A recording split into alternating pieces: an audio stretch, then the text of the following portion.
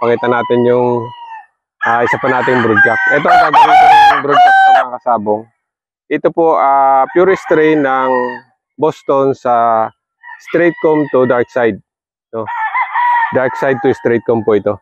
So, ito po, binibreed ko lang po yung mga strain nila, no? Sa straight comb to dark side. So, dark side to straight comb, o original to light side. Kasi yung mga strain nila, probably, pinaghiwalay ko sila.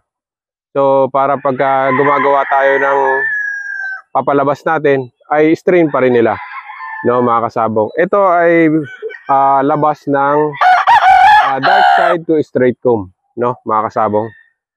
So, maganda rin ang station niya. Sa tagal natin nag-breed, mga kasabong, pinipili na lang natin yung specific strain na itutuloy natin, no. So, kung titingnan natin siya, mga kasabong, probably parang claret side siya, mga kasabong. Kasi kung titingnan natin ang dark side, no, ang dark side na Boston, parang claret din siya, mga kasabong, kasi angat sarado talaga siya. Nung pinasok natin siya sa straight comb, na probably yung history naman na ano natin ay parang sa lemon side siya at claret. So may claret pa rin na dugo sila. So eto, may lumabas na siyang isang piraso. So binabangga lang natin yung mga history ng family nila para makuha natin sila, mga kasabong, no. So ito na rin ang tutuloy ng generation ng dark side. So ito, i-breed natin, pwedeng sa dark side, sa original na Boston.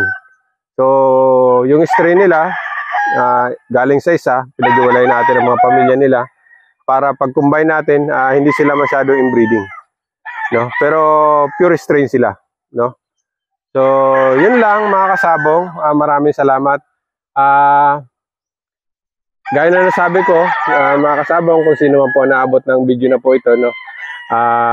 Kung makapag-follow kayo, makapag-share kayo ng videos natin, no? Maraming salamat. Babawi na lang tayo sa susunod, mga kasabong, no? So yun lang. God bless po sa ating lahat. Maraming salamat po.